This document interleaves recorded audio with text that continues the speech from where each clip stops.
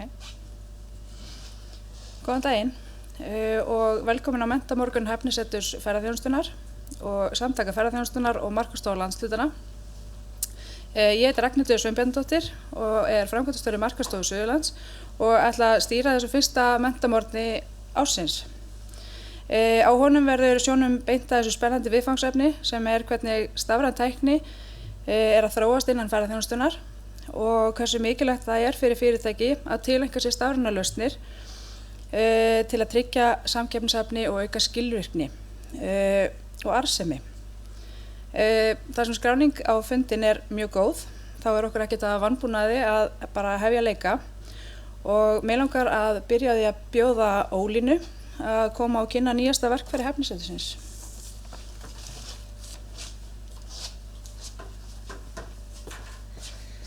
Takk fyrir það, Ragnhildur.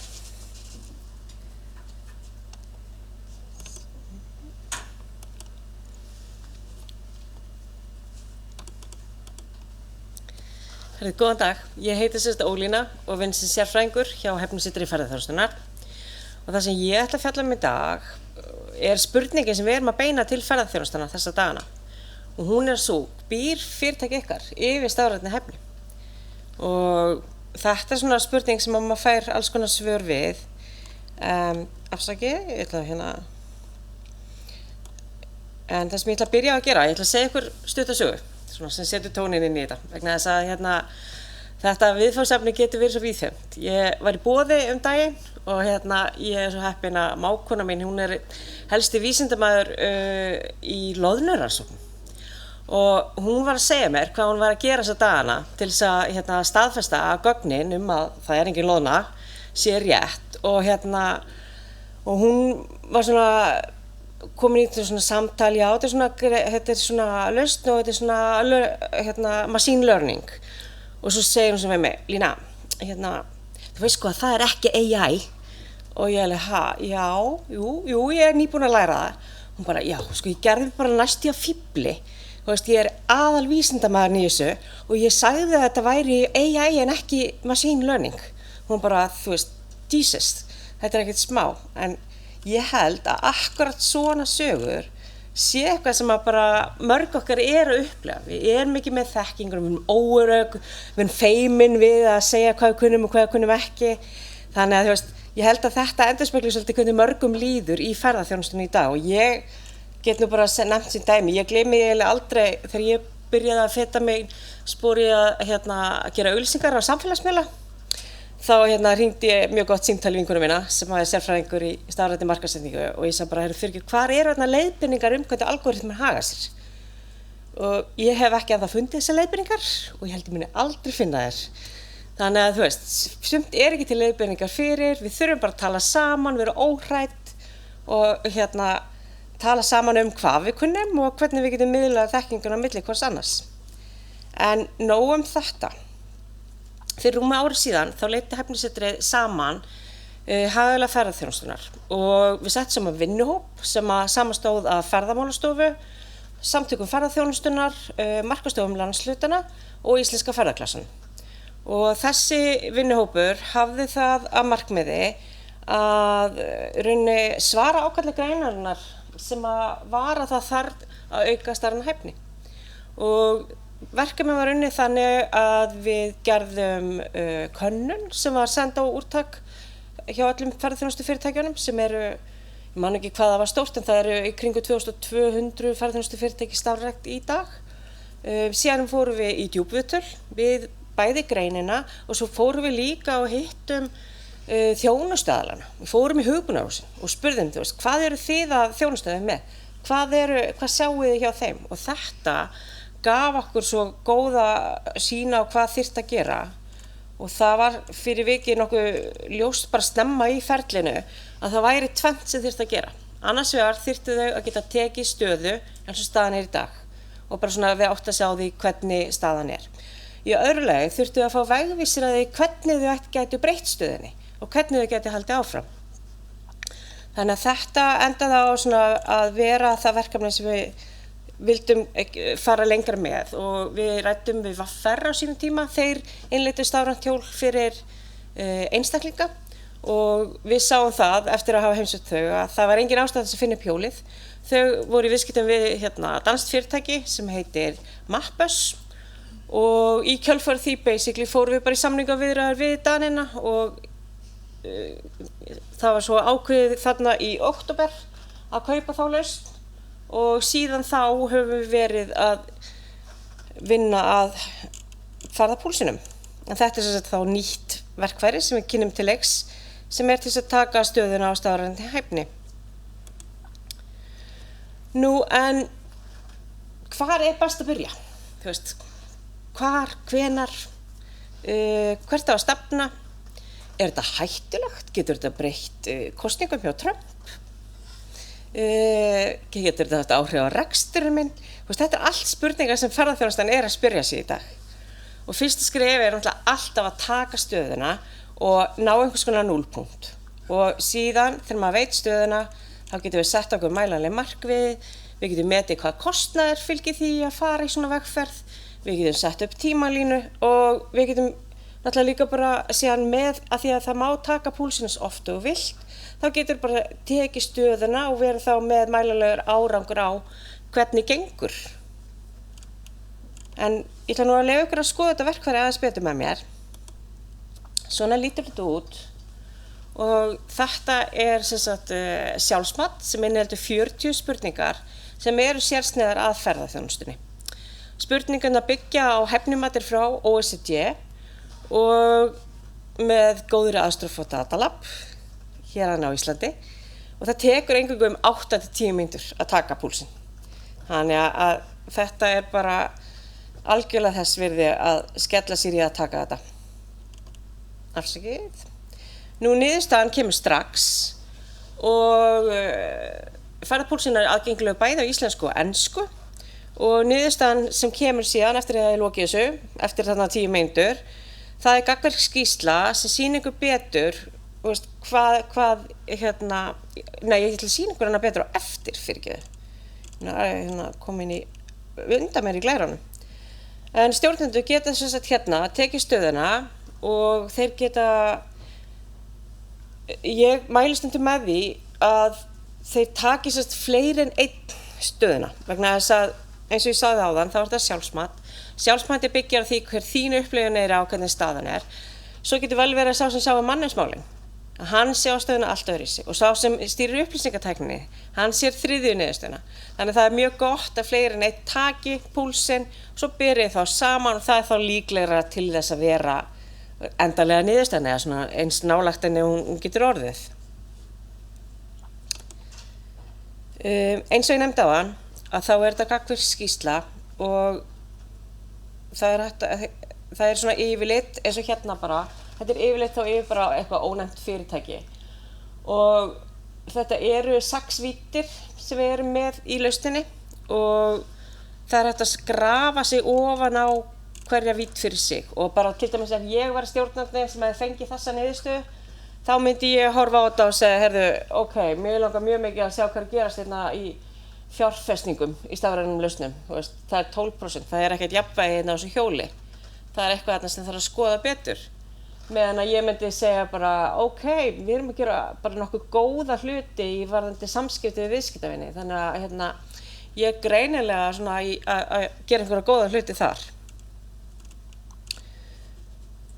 Og sem sagt, síðan eru hina víddirnar, svo við förum þá yfir það. Þetta eru sem sagt samskipti við viðskiptavinni, þetta er stjórnun gagna og nettenginga, þetta er staða gervigreindar og þetta er stafræn hæfna starfsfólks, stafræn staða bara yfir höfuð innan fyrirtækisins og svo fjárfestingarnar.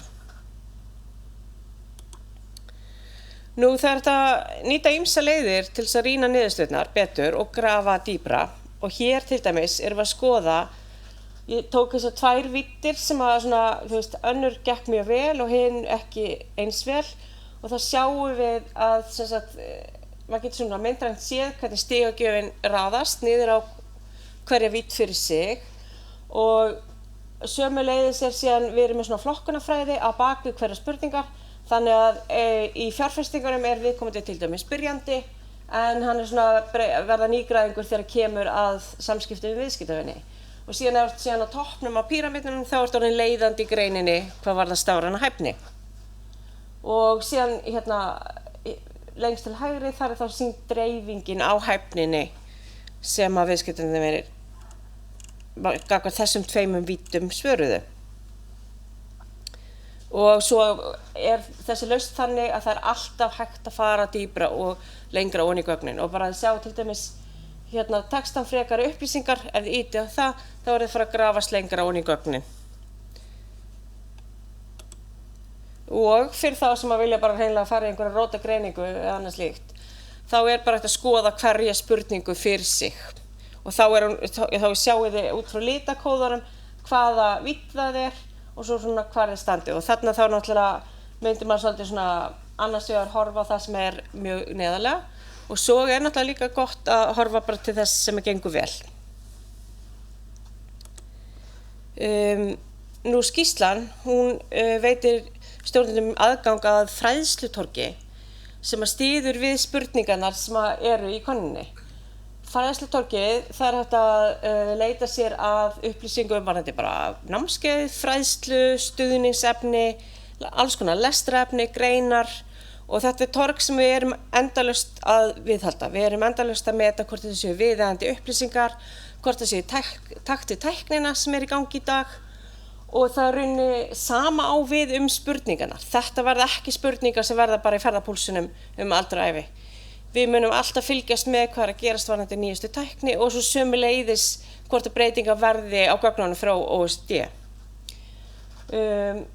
Þetta hér verður bara eitthvað sem við hlökkum mikið til að byggja upp. Við teljum þetta vera komið að þann stað að það sé hægt að hefjast handa en það samt svona markmið okkar að byggja þetta enn frekar upp. Og varðandi ferðapúlsinn, þá ætlum við og munum fara í samstarfi við Markaðsstofu landshlutanna og SAF hringferð landið núna á vormánuðum og þá erum við svolítið að leitast eftir því að fyrirtæki allt land taki púlsinn og viti stöðuna og síðan geta þau þá haft þennan beina aðgang að fræðslutorginu sem við bjóðum upp á. En ég veit að ég víst að styttast tíman, þannig ég ætla að hendast í næstu glæru og hún rauninni bara einmitt þessi spurning, hvers vegna taka hann og hvers vegna erum við að kortleggja þessa stöðu. Við vitum að álagið og verkefnaþungi í vinnuumhverfi innan ferðaþjónustunnar, hann mjög þungur og þar leiðandi tíminn að skortnum skammti. En ég trúi því að 8-10 mínútur að ná þessari stöðu, hann sé algjörlega þess virði. Nú markaðsaðstæður á Íslandi, þær kalla eftir aðgerðum varðandi aukna samkeppnishæfni. Þannig að það svona okkar von að ferðapúlsinn gefi stjórnum auðveldlega grein fyrir þjálfunarþörfinni sem starfsfólkið þarf og að þau bjóði í kjölfari upp á markvissa þekkingu og þekkingaruppbyggingu í takt við þessa niðurstöðu.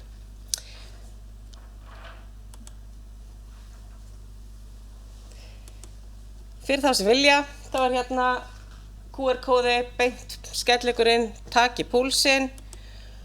Nú að lokum þá langaði mig að, það vantar að glerja mér en ég man hvað ég ætlaði að segja en ég ætla bara að segja það við ykkur. Áður að Nicole tekur mér niður púltu. En sko í dag þá eru nýlega tölur frá Ferðamálastofu það að 50,6% ferðamanna til Íslands séu 35 ára yngri. Þannig að við erum að tala Z-kynsluna og alfa-kynsluna. Og þessar kynslóðir, þær eru mjög tæknivæddar. Þær skoða hvert að fara, bóka jafnvel ferðalagið í gegnum smartsíma sinn eða búnað, hvaða tæknibúnað sem þeir eru með. Og fyrir vikið þá alveg ljóst að ferðaþjónustan þarf að bregðast við til þess að geta svara þessum markhópi. Því að hann náttúrulega bara að fara að stækka. Það verða bara fleiri og fleiri sem að koma til landsins sem eru búið yfir slíkri þekkingu. Nú að lokum, af því að það vantar 2 glærur hjá mér, þá bara hveti ég ykkur til að fara inn á hæfni.is, þar fullt af verkfærum sem við höfum verið að þróa.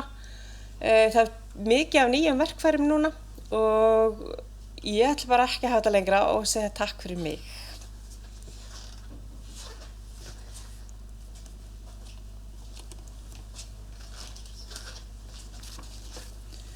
Takk fyrir þetta, Ólína. Næst langar mig að bjóða í pontu hann Ástór Þórhaldsson sem er deildarstjóri hótelsviðs GoTo og hann ætlar að segja okkur hvernig við eigum að nýta tæknina betur til þess að spara okkur tíma. Gjörðu svo vel. Góðan daginn og bara takk hérlega fyrir að hafa mig hér. Ég heiti Ástór og ég búinn að vera partur af fyrirtækinu sem heitir GoTo síðastliðin 8 ár og hjá GoTo hef ég almennt verið að aðstoða hótel og ferðaskrifstofur og önnur ferðaþjónustu fyrirtæki við að innleiða tæknilausnir, hvort sem það sé til að fá bara grunn rekstrarkerfi, innleiða einhver auka tækni ofan á, samþættingu kerfa og svo framvegis. Og minn fyrirlestur í raun og veru bara dálítið hvatning til ykkar út frá því sem að hefur endurspeglað minn feril dálítið með ykkur öllum í gegnum tíðina. En þetta heitir eyðum tíma í tæknina til þess að spara tíma.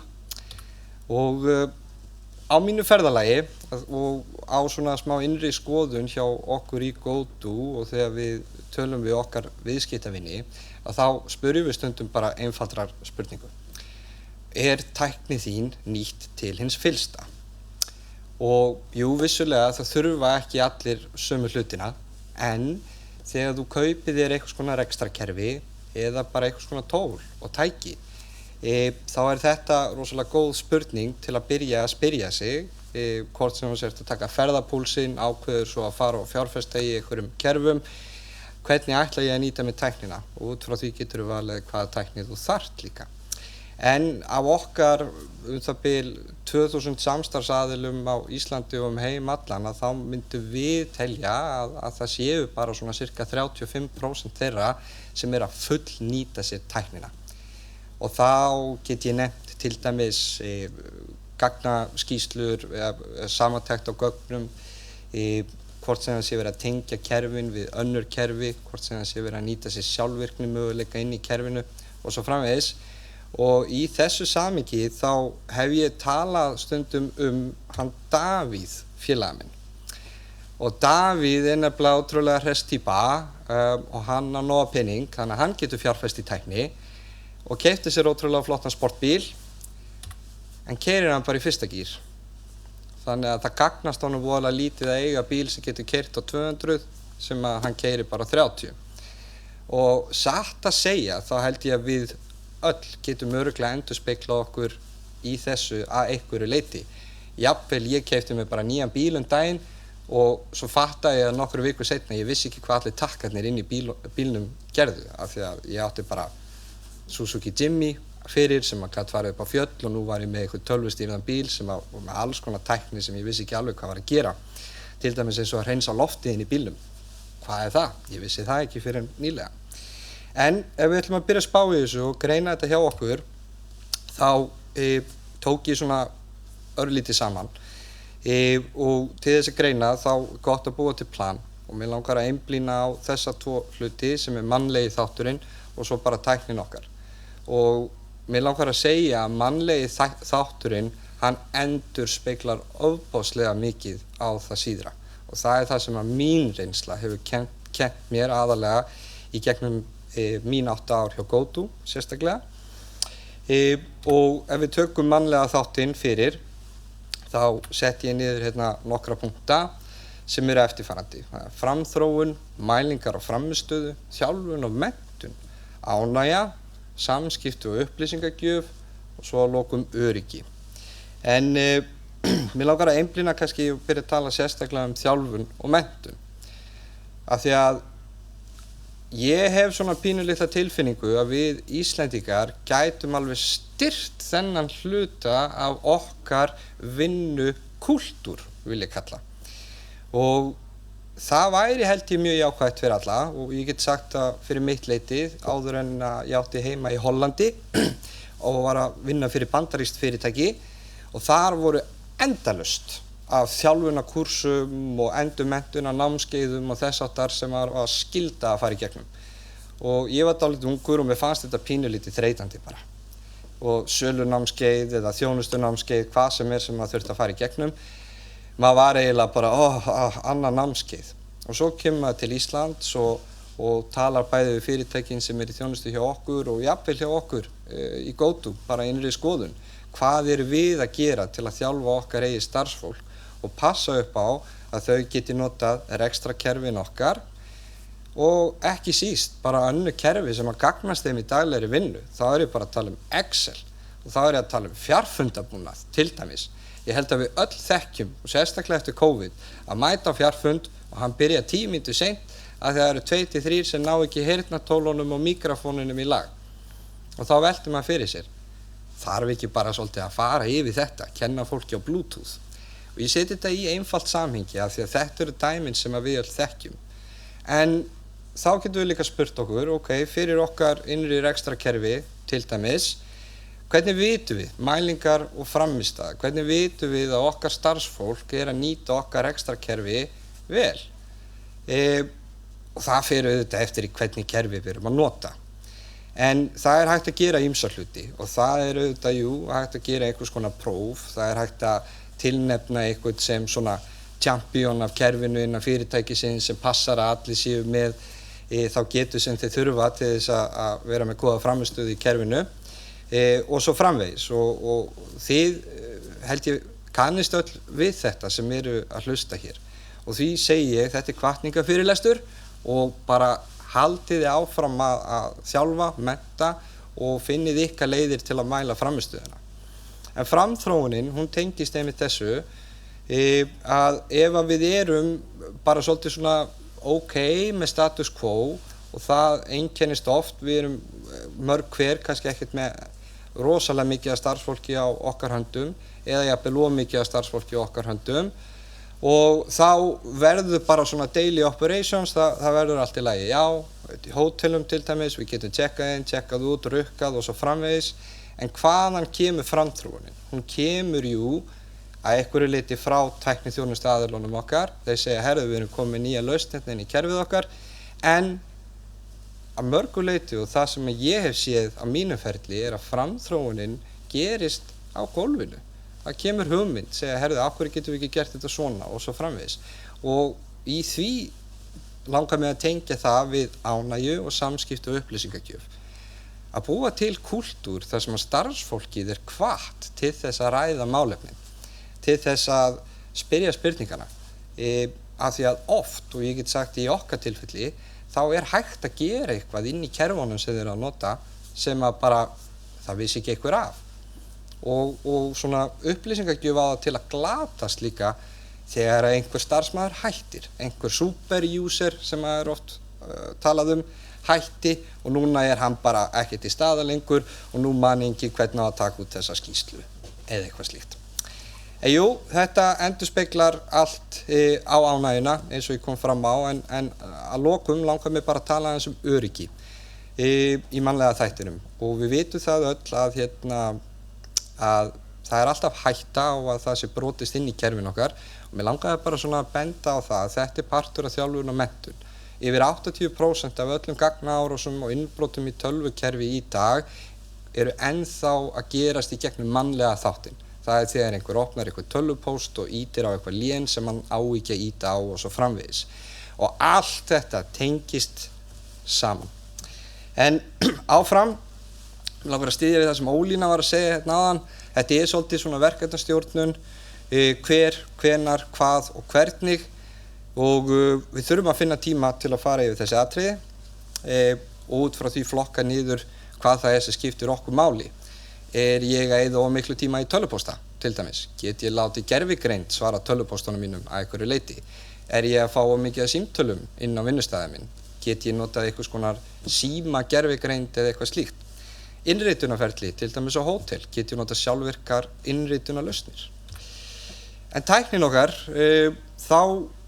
þessi punktar geta verið ansi mismunandi eftir hvað þið eruð að gera. Þannig að þessir eru svolítið svona, myndi ég segja bara svona generic, en það sem að við höfum lagt upp úr og hjá GoTo er sjálfvirkni og bestun ferlana. Hvort sem það sé að þið sjálfvirkni væða bókunarferlið, viðskiptaferlið á milli hótela og ferðaskrifstofa, til dæmis greiðsluferli, sjálfsynritunarferli og svo framvegis, að það rosalega gott að taka sér skoðun á sínum verkferlum og mæla hvað handvirkt, hvað hálfsjálfvirkt og hvað orðið 100% sjálfvirkt hjá mér. Hafa svo samband við tækniaðilann og eða fara í einhver innri skoðun sjálfur og segja, herðu, getum við ekki farið að spara annarkvort tíma, auka arðsemi eða ferla í gegnum þessa tækni. Og til þess getið þið byrjað að skoða ferðarpúlsinn til dæmis, sé hvernig þið eru stödd. Áframhaldandi að þá langar mig að tala þessa teymistjórnun og bara minni gefinni reynslu að þá til dæmis í tilfelli hótela að þá myndi ég segja að þetta sé svona almenna kakan og hvernig hún skiptist upp. Það fer mikill tími í móttökuna, það fer mikill tími í þrif, mikill tími í stjórnun og það ekkert rosalega mörg fyrirtæki, auðvitað stærri fyrirtækin gerir þetta kannski betur sem eru með tæknistjóra og þess háttar, en sem leggja bara ákveðin tíma á kökunni sinni í tæknina. Og það finnst mér áhugavert af því það alltaf talað að við séum á tækniöldinni. En svo erum við að gera rosalega mikið handvirkt inn í tækninni eða erum ekki að passa upp á tæknina. Og ég get sagt að hinn almenni rekstur hér á Íslandi örugglega með svona 15 tölvukerfi á höndunum á sér. Og það ekkert grín, það þarf eitthvað til að sjá það. Þannig að ég spyr, Ísland, hvað getum við gert til að gefa stærri bita af kökun okkar til tækninar? Af því að ef við gerum það ekki, þá alltaf hætta á því að við stöðnum. Og ekki láta það gerast hjá ykkur. Ég vona bara að þetta hafi verið pínulítið hvatning fyrir ykkur og ég ofboðslega þakklátur fyrir að fá að vera hérna í dag. Ég heiti Ástþór og takk fyrir.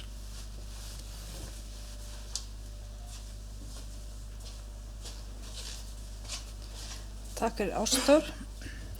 Nú ætlum við í svona smá tækni áhættu mitt.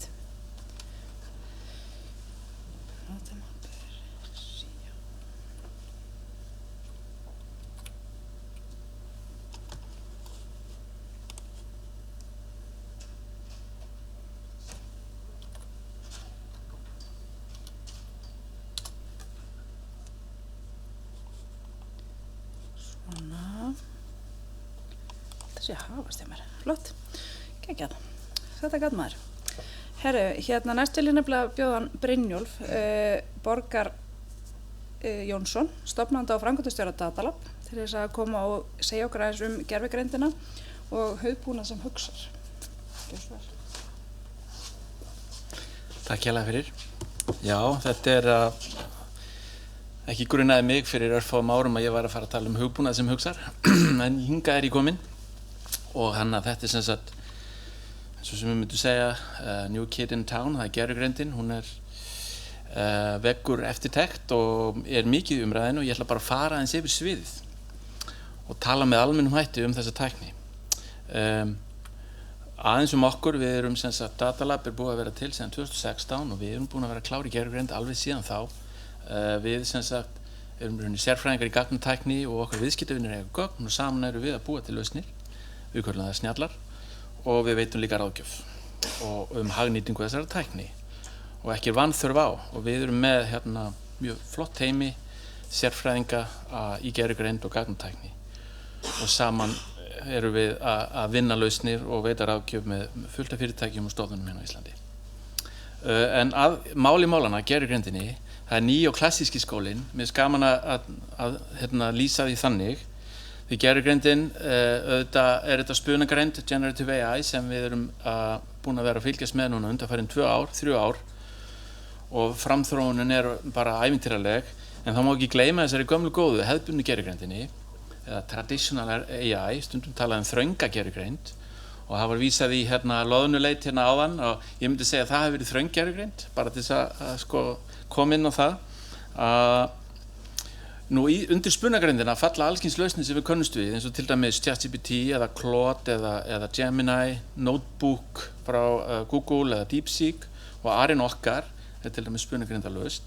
En hinum megin undir hefðbundnu gervigreind falla í bara tæknilausnir sem við kunum kallað forspárlíkön eða flokkanir, það að leita frávikum, veita meðmæli og bara benda á eitthvað áhugavert og oft þeim beitt á töluleg gögn, á meðan spunagreindin rauninni tækni sem beitt á textagögn. Og saman eru þessar lausnir að fara að búa til mjög mikið virði bara til í náinni framtíð. En það spunagreindin sem kannski vekur svona mesta eftirtekt þessar mundir og fær athyglina, en það þetta hálfgert töfratól sem við öll erum byrjuð að nota með einhverjum hætti, bæði bara í okkar til að sinna áhugamálum eða undirbúa ferðalög eða hvað sem við gerum, en líka í vinnunni. Og hún sem sagt mætt og það má segja fyrir vikið þá erum við öll komið sérfræðing eða aðstoðarmann í vasann og það bara spurning hvernig við ætlum að nota hann. Og til dæmis ef ég verið að leika mér þegar ég að ferðast, var að ferðast á grísku eyjunum og ég sá dýr sem ég var ekki alveg viss hvort það væri kind eða geit. Og ég bara tók mynd og setti inn í ChatGPT og spurði, þetta kind eða geit? Og svarið kom hæl. Þetta svona bara eitt dæmi það hvernig ég að prófa mig áfram. Ég var ekkert viss að þetta virkaði á þessum tíma, en þetta eitthvað sem við þurfum bara öll að gera, að prófa okkur áfram þessa tækni og átta okkur þannig á því hvernig hún virkar.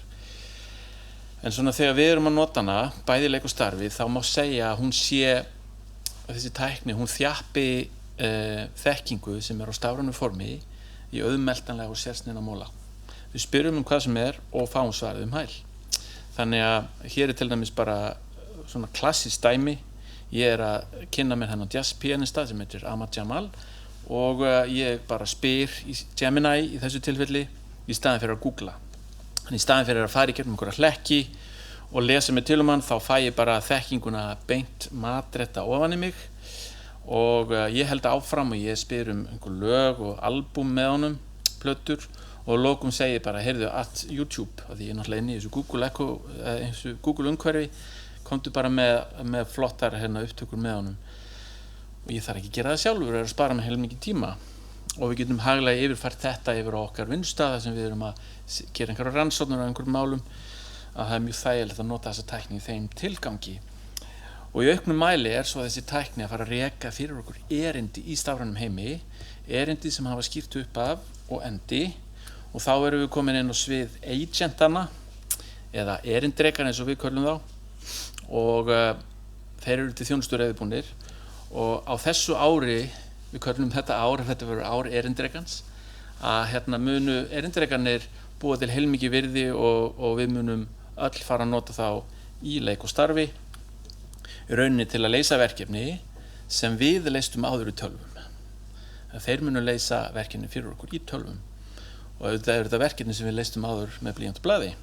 En þannig að ef ég tek dæmið af mér, það sem ég var að skoða jazzpianistan, að ég get þó bara beðið til dæmis segjum bara ChatGPT að vakta fyrir mig helstu netsíður sem selja plötur, og ef þessi plata kemur í sölu og hún kostar minni en $30, þá bara máttu kaupa hann fyrir mig. Eða þá búa til playlistan á Spotify út frá þessum lista, segjum að það hefur 100 lög á honum. Þannig að spara mér heilmikinn tíma og líka auðvelt að yfirfæra þetta bara vinnun okkar. Þannig að þetta verkinu fyrir agentana, erindrekana, það bara drekana. Við látum drekan gera þetta. Og bara ég að skipuleggja dagsferð á bíl í Færeyjum, auðvitað þekkir Gemini alla akvegi á plánutunni, þannig að ég fæ svaka gott plan, en ég get líka látið færa það yfir á kort, þannig að þarna í rauninni svona erindrekin gervigreind að verki. Þannig hvað í gangi? Jú, gervigreind hefur náð tökum á tungumáli og það hefur bara leyst úr læðingi ýmsa eiginleika sem við sjáum ekki fyrir endan á. Nýverið var Geoffrey Hinton að fá Nóbelsverðlaun fyrir sína rannsóknir á sviði djúpra tauganeta sem hann var að stunda í bara 8. eitthvað svoleiðis, bara fyrir 30-40 árum, en núna var hann að fá verðlaun. Og bara fyrir einni viku þá hittust helstu leiðtogar heims í París og voru að ræða gervigreind. Sérstaklega, þeir lögðu land undir fót bara til þess að ræða gervigreind. Þannig að þetta tímanna tákn, það eitthvað í gangi. Og við erum náttúrulega að koma út úr tölvuöldinni, þar sem við vorum að færa þessi verkefni sem við vorum að leysa með blýant og blaði inn í tölvunar. En það sem gerist á gervigreindaröldinni að við erum að fara að fela tölvunum að leysa þessi verkefni fyrir okkur. Þannig að notagildi tölvana mun aukast mikið og þess vegna spenningurinn svona mikill. Við erum með þessa stafrænu greind sem býr í skýinu, hún hefur lesið allt internetið, hún öllum aðgengileg.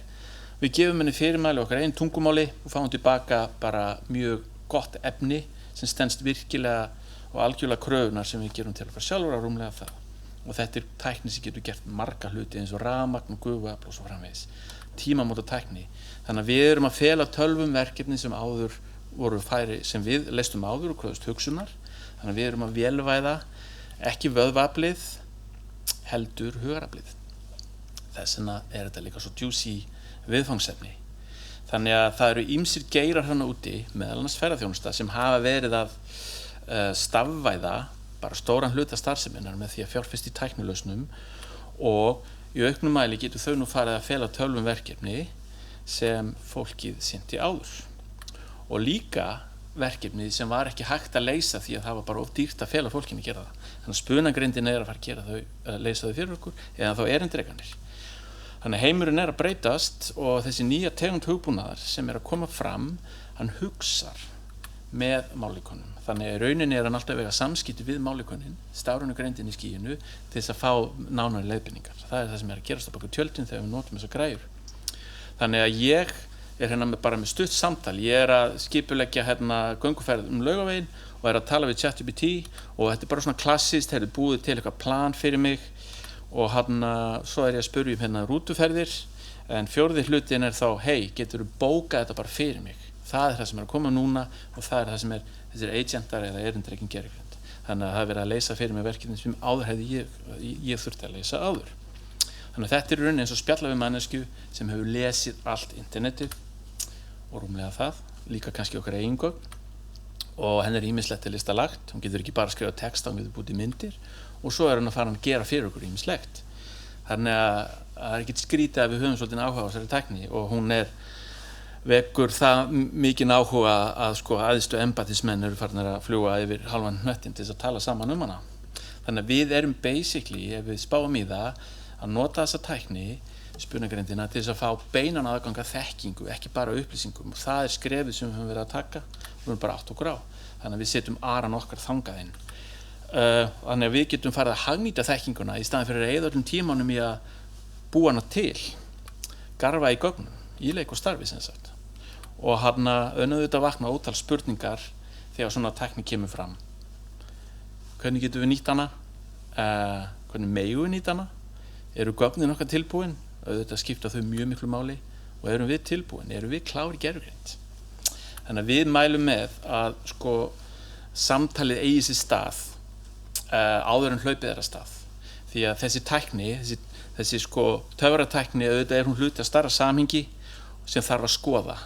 Þannig að ekki bara gera eitthvað heldur taka samtalið áður en hlaupið af stað. Við erum svo vön því að fara inn í mapping, korta hugbúnaðan og segja, ok, ég ætla að fara þangað, hvernig kemst ég þangað, gerum það líka í þessu tilfelli. Þannig að því að við viljum nota þessa tækni. Þannig að lokum, bara hvaða áhrif þessi tækni hafa nú þegar. Áhrifin eru mest á störf sem unnin í tölvum eða þessum málin eru leyst í vafra til dæmis. Þetta algjör turbótæki fyrir fólk sem vinnur þannig vinnu. Þannig við erum að leysa verkefni á örfáum mínútum sem áður tóku kannski klukkutíma eða daga og þannig mun þetta gerast eins og með internetið. Við sem tilengum okkur þessa tækni munum leysa hólum með þau sem gera það ekki. Það gerist bara á nokkrum mánuðum, árum, segjum árum.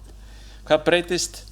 Við erum að gefa tölvum fyrirmæli á okkar eigin tungumáli. Við þurfum ekki lengur að forrita til þess að fá tölvum til að gera eitthvað eða íta einhverja takka í hugbúnaði. Við getum bara að tala við tölvuna.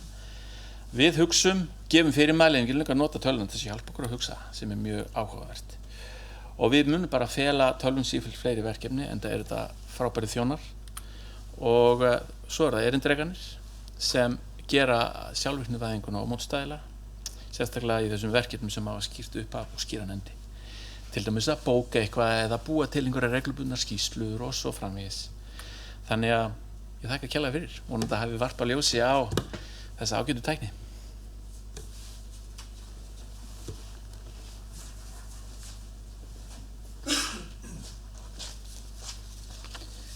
Takk fyrir, Brynjólfur. Maður alltaf jafn svona einhvern veginn eiginlega hálfpartinn hissa ennþá hvert þetta komið og hvað maður getur farið að nýta tæknina í. Og manni langar alltaf bara að hlaupa á stað.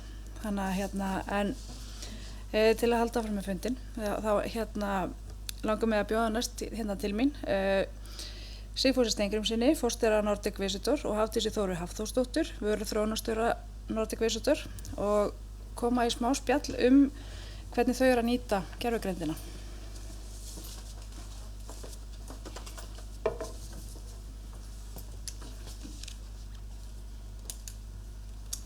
Já, halló, takk. Já, halló.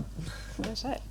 Mér langaði bara að byrja á því að biðja ykkur að segja okkur aðeins frá fyrirtækinu ykkar og svona hver ykkar fókus er. Já. Nordic Visitor var stofnað árið 2002 og var þá í rauninni bara að selja seldraferðir á Íslandi og það er svona svolítið hjarta okkur í dag en við erum búin að vaxa hratt og erum núna að bjóða ferðir til 15 áfangastaða í Evrópu og svona hjartað hjá okkur er þessi persónulega þjónusta sem ég finnst svolítið gaman að tala líka í dag. Þeir eru alltaf verið að tala að self-check-in og self-þetta og þú ert ekkert að tala við fólk. Þannig að okkar spinning kannski svolítið aðeins öðruvísi að því að okkar gildi er þessi persónulega þjónusta og að, ferðamennir okkar fái hérna óglímulegt ferðalag. Þannig að mér finnst svolítið skemmtilegt að þetta svona tengist svolítið. Einmitt. Við fengum ykkur hérna til þess að ræða Ara. Já. Og Brynjólfur nefndi einmitt hérna þessan Ara líka. Þú veist, hver er eiginlega þessi Ari? Já, ég held að sé bara kannski flott fyrir okkur að tala hvað er Ari fyrir Nordic Visitor, af því það er kannski svolítið öðruvísi. En við höfum verið í samstarfi við Datalab og Ari hjá Nordic Visitor er í raun tæknileg lausn sem að hjálpar okkur að svara fyrirspurnum hraðar. Þannig að ferðaráðgjafar okkar eru í raun að svara fyrirspurnum og ná í gögn á mismunandi stöðum, til dæmis inn á vefnum okkar, inn í templateum, inn á vefnum og svoleiðis. Þannig að þú veist, það tekur alltaf smá tíma að svara fyrirspurn. Og við vitum bara í samkeppninu okkar í dag að svara fyrirspurn fljótt og vel er eitthvað sem gefur þér samkeppnisforskot. Þannig að Ari fyrir okkur er einn staður sem að við höfum þjálfað með Datalab Ara í að kunna allt hjá Nordic Visitor. Við erum búin að þjálfa hann í vefnum okkar, hann veit hvað öll templatein okkar er, hann kann að lesa verðin á vefnum og svo framvegis, þannig að við höfum þjálfað hann líka bara í svona okkar tón, eða tone of voice, hann svarar bara með því, þannig að við höfum svolítið svona bara ráðum hvað við þjálfum hann í og hvernig hann svarar og hvað hann má ekki svara líka. Ok, Já. Það er mjög áhugavert, þannig að þið eru kannski svona helst að skoða þetta til þess að í rauninni að auka ykkar samkeppnisforskot með snegri viðbragðstíma. Eru þið búin að sjá einhvern árangur af því eða þú veist, eru þið búin að sjá, hafið þið ykkur mælikvarða sem að? Já, við hefum náttúrulega bara gert tilraunir og meðan við vorum í þróunarferlinu. Við erum náttúrulega fórum í fulla innleiðingu á Ara núna í desember, þannig að við erum að reyna að keyra fyrsta sölutímabilið núna, svona stóru mánuðina.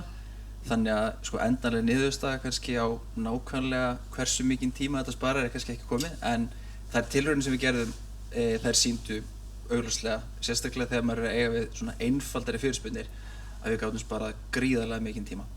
Ok. Nú er alltaf þegar við erum að taka inn nýja tækni og annað slíkt, þá kom alltaf upp einhverjar áskoranir. Ég geri fastlega ráð fyrir því að það hafi nú einhverjar áskoranir komið upp. Hvað er svona það helsta sem að þið ráku ykkur á í þessu þróunarferli?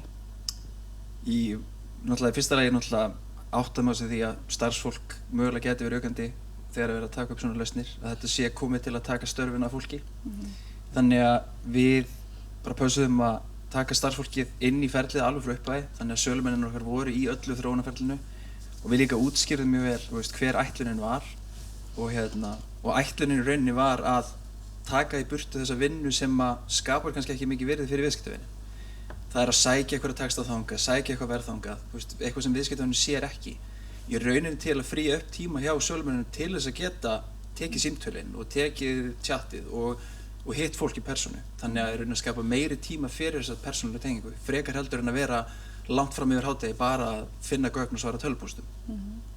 Og finnið þið þetta, að fólk sé að, er að kaupa þetta eða þeim finnst þetta að þetta nýtast þeim? Algjörlega, já. Og meiri starfsánægja þá og annað slíkt með það. Já, ég held að sé bara að þú ert að gefa ferðaráðgjafanum tækifæri til þess að þjónusta fleiri án þess að það bitni á gæðunum og það er alltaf, þú veist, okkar sýn. Við ætlum ekki að gefa afslátt af gæðum og þjónustu af því það er okkar styrkleiki. En við getum nota tæknina alltaf í bakgrunninum einmitt fyrir þessa hluti sem að kúninn, eða gesturinn okkar sér ekki. Hann sér ekki að við séum að gera hérna í bakendanum þetta og hitt. Og hérna, já, ég held að það sé bara svona, já, bara það sem við höfum verið að leggja mest áherslu á.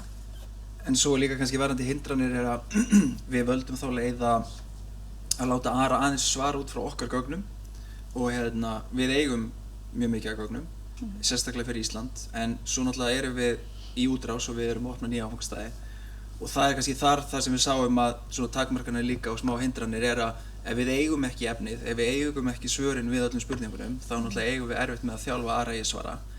En það er náttúrulega bara ákvörðun sem við tókum að við vildum byggja á okkar gögnum sem við vitum að eru rétt og eru skrifuð út frá svona okkar tón. Þannig að hann er kannski ekki alveg jafn snjall þegar við erum að opna skrifstofu í Ölpunum eins og hann er í Íslandi þar sem við erum búin að byggja upp gögn yfir 20 ár eða meira. Þannig að, en svo náttúrulega er það kannski bara ákvörðun hvers og eins fyrirtækis hvort er leyfi Ara að fara út á netið og sækja upplýsingar, en þá náttúrulega er kannski þarf að vera gagnrýnari á hvort að upplýsingar séu réttar. En það er bara, þetta er bara leiðin allan sem við fórum í upphafi að byggja okkar upplýsingum til að við viljum vera nákvæm og að hlutin séu réttir. Já. Að því töluðum þessa persónulega þjónustu sem að skiptir gríðarlega miklu máli auðvitað í ferðaþjónustu yfir höfuð. Að hefur þetta haft einhver áhrif að fólk er svona nei, ég ætla ekki að fara í einhver spjallmenni eða einhverjar lausnir sem að hugsa eða eitthvað svona sem að búa bara til einhver standard svör. Með hvernig þið talið þá eiginlega kannski hjálpar þetta eitthvað að bara veita meiri persónulegri þjónustu. 100%. Bara, þú veist, maður sér það bara, tengjast gestunum gegnum símtöl. Það er eitthvað svona alvöru, þú veist, það er það sem að kúnninn er að leitast eftir í dag, því það er allt orðið svo sjálfvirkt að þið langar að tala við einhvern, þið langar að heyra í einhvern sem að býr á staðnum, svo skilur. Þannig að ég myndi segja 100% erum við að bjóða betri persónulegri þjónustu með þessum stafrænu lausnum. Já. En svo líka bara ef þú ert miklu hraðari að svara bara svona staðlegri fyrirspurn og þú ert, já, þá hefur ég líka meiri tíma kannski til þess að bæta einhverju persónulega við í tölvupóstsamskiptin, svara einhverjum spurningum sem þú hafðir kannski ekki tíma til að svara áður eða svona koma með eitthvað innlegg. Já, ég held að þetta sé greiðlega mikilvægt að hræðast þessa þróun ekki á mikið, sko. Þannig að en svo er einn svona kannski praktísk spurning eða svona sem að kannski flestir óttast þegar kemur að tækni og það er, þú veist, hvaða ráðstafanir gerir til þess að meðhaldna í rauninni svona viðkvæmar persónuupplýsingar og þú veist, verið viðskiptavinna og tryggja einhverja persónuvernd.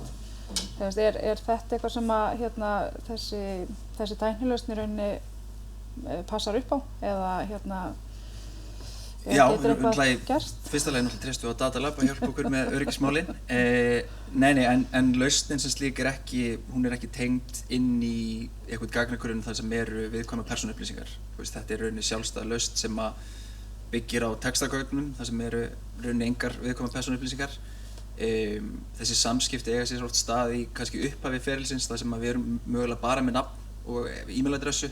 Þannig að við erum ekki að mata hvorki í gagnasafnið eða í þeim spurningum sem við erum að varpa fram neinum svona viðkvæmum upplýsingum.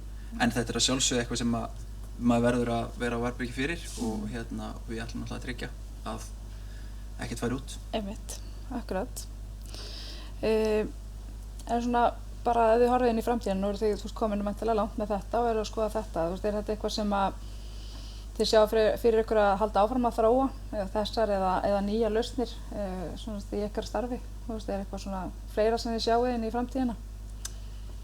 Já, ég meina Ari er í dag í rauninni innanhúslausn. Við notum þetta eingöngu fyrir starfsmenn og sölumenn. Við erum ekki búin að sleppa þessu lausu gagnvart okkar viðskiptavinum.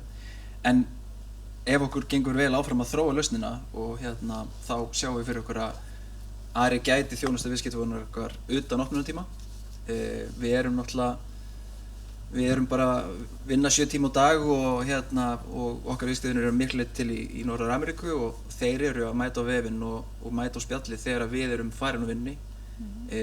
Þannig við sjáum fyrir okkur að allavega fara í þá vegferð að reyna að gera Ara nógu snjallan og nógu öruggan til að hann geti svarað viðskiptavinum bara beint. Þá þarf örugglega að setja belti og axlabönd á hann og tryggja að hann sé ekki að lofa of eða gefa einhverjar rangar upplýsingar því að það alveg dæmi það utan úr heimi að svona spjallmenni hafi verið að gefa einhverja góða afslætti og annað þess sem að fyrirtæki hafa síðan þurft að standa við sko. Þannig að en við erum alveg alveg líklega að fara í þá vegferð. En svo svona bara varðandi stafrænar lausnir þá erum við erum það heppin að eitt af okkar systur fyrirtæki er tæknifyrirtæki sem þróar bókunarkerfið okkar og það náttúrulega bara stöðug þróun í því að búa til tengingar við Travia og GoTo og önnur eins fyrirtæki og reyna sjálfvirknivæða bókunarferla og annað eins mikið og hægt sko. Og svona að lokum, einhver ráð sem þið viljið gefa öðrum fyrirtækjum í ferðaþjónustunni þegar kemur að svona þegar þau eru að íhuga einhverjar gervigreinda lausnir?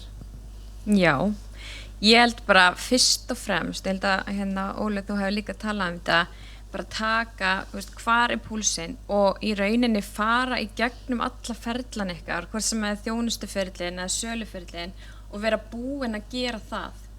Því það svolítið undirstaðan af því að hitta eins og Datalab, að þú vitir hver staðan hjá þér og fá þá ráðgjöfina hvar get ég notað gervigreindina. Af því að þegar þú ert komið fyrirliðin þá svo auðvelt að sjá, ok, já, þetta getur gervigreindin gerst og þetta getur gerst og ekki hika við það að fá ráðgjöfina. Af því að þú veist eins og með Datalab, ég hitti nokkur fyrirtæki og þú veist það var bara þar sem ég fekk það sem að mig langaði en ég fekk alls konar hugmyndir og svoleiðis. En mér langaði líka bara að segja að þú veist að það alveg fjárfesting mitt í að fara í að innleiða þú veist eins og Ara og það kannski ekki fyrir alla, maður veit að það líka svona minni ferðaþjónustufyrirtæki sem hafa kannski ekki kostin á því. En mér langar bara eindregið að segja fólki að fara bara og svolítið að prófa sig áfram, þú veist það svo ótrúlega margar lausnir þarna úti sem að geta alveg hjálpa þér og hjálpa ykkar fyrirtæki bara að auka ykkar virði og auka framleiðnina af því að þú veist við erum bara að tala hluti bara eins og að nýjar hugmyndir eða bara þú veist að setja upp verkefni þú veist þetta allt hluti af þessu þannig að öll þessi litlu skref við munum líka hjálpa minni fyrirtækjum að bara auka sínu framleiðni. En það líka alveg svona hluti sem mig langaði kannski líka að fara inn á bara að þú veist sem aðeins búið að ræða þú veist að aðeins að skoða bara þú veist hvað má og hvað má ekki innan ykkar fyrirtækja þú veist það alveg svolítið þú veist að hleypa kannski gervigreind bara út og bara já notið þetta af því að þú veist viðkomur upplýsingar og svona maður ekki að sitja inn í kannski þessi kerfi sem maður ekki með greitan aðganga eða svoleiðis. Þannig að bara þetta að, þú veist, að þjálfa fólkið í að þú veist hvað málíkan, til hvers notum það, hvernig virkar það og þú veist, eyða smá tíma í þessa þjálfun af því að það sem kemur eftir þegar þú ert að innleiða svona lausnir þá þarf að hafa grundvallarþekking á hvað málíkan, skilur og bara hvernig maður promptar, þú veist, ykkur eins og í ChatGPT, þú veist, það skiptir svo miklu máli að hafa þessu grundvallarþekkingu þegar þú ert að byrja og byggja ofan á það í rauninni. Þannig að, já. Þannig að þetta líka svona svolítið kannski vera ófeimin við að fikta sig áfram svolítið, eða svona prófa sig áfram. Já, 100%. Það eitthvað sem þið viljið bæta við svona í restina þegar kemur að þessu málefni öllu saman sem búið að vera hér í dag? Já, ég held að það sé bara gaman þegar maður kannski búin að vera lengi í ferðaþjónustu að vera búin að vera, þú veist, til dæmis að bara bóka hóteli gegnum tölvupóst, alltaf að bíða og allt þetta, skilur og maður búin að fara í gegnum og sjá bara eins og hvað Travi og GoTo eru búin að gera, búin að vinna með Datalab og þú veist, þetta var bara frábær innleiðing og það bara svo gaman að vera hluti af þessu og bara að sjá tækifærin, þú veist, þau eru bara svo mörg, þannig að bara það svo frá mér. Ég tek undir það sko, við erum búin að vera í þessum bransa fyrir eitthvað lengi og að vera bara þátttakandi í þessum stökkum fram á því og gervigreindin augljóslega næsta stóra stökkið ekkert lítið stökk og ég held við séum eins og við og við séum búin að vera í þessu ferli í hálft ár eða eitthvað rúmlega, þá erum við bara rétt að fara á stað sko, held ég. Ég held að það sé svo margt annað sem við getum líka gert og við erum alveg að skoða það. Við erum með til dæmis bara hvernig við getum framleitt efni og við erum með markaðsdeild, hvernig getum við nýtt gervigreindin í að búa til content á þess að vélinn skrifaði allt því að það þarf náttúrulega að vera gerð í og svo margt annað sem er hægt að nýta en ekki bara í sölu sko. Þannig að það er það sem við erum að skoða. Hljómar mjög spennandi og ég held að sé alveg einmitt gríðarleg tækifæri og maður þarf að passa sig að slaðna ekki í þessu allt saman. Takk kærlega fyrir að koma í þetta spjall og vona að allir bara geti nýtt sér það að nýta sér reynsluboltan úr bransanum. Takk kærlega. Takk kærlega. Takk fyrir. Þá ætlum við að fara að loka þessum fundi. Mér langaði aðeins að bara draga aðeins saman svona helstu atriði fundarins. Mér finnst þetta bara mjög fræðandi og skemmtilegt og Ólína fjallaði nýjasta verkfræði Hefnisötusins sem er sjálfsmat í stafrænni hefni. Hvet alla til að taka og kanna sína stöðu. Einnig fjallaði hún bara að við ættum að vera óhrædd að tala saman og hvað við kunnum og hvað við kunnum ekki. Og ekkert síst að tala það, hvað við kunnum ekki.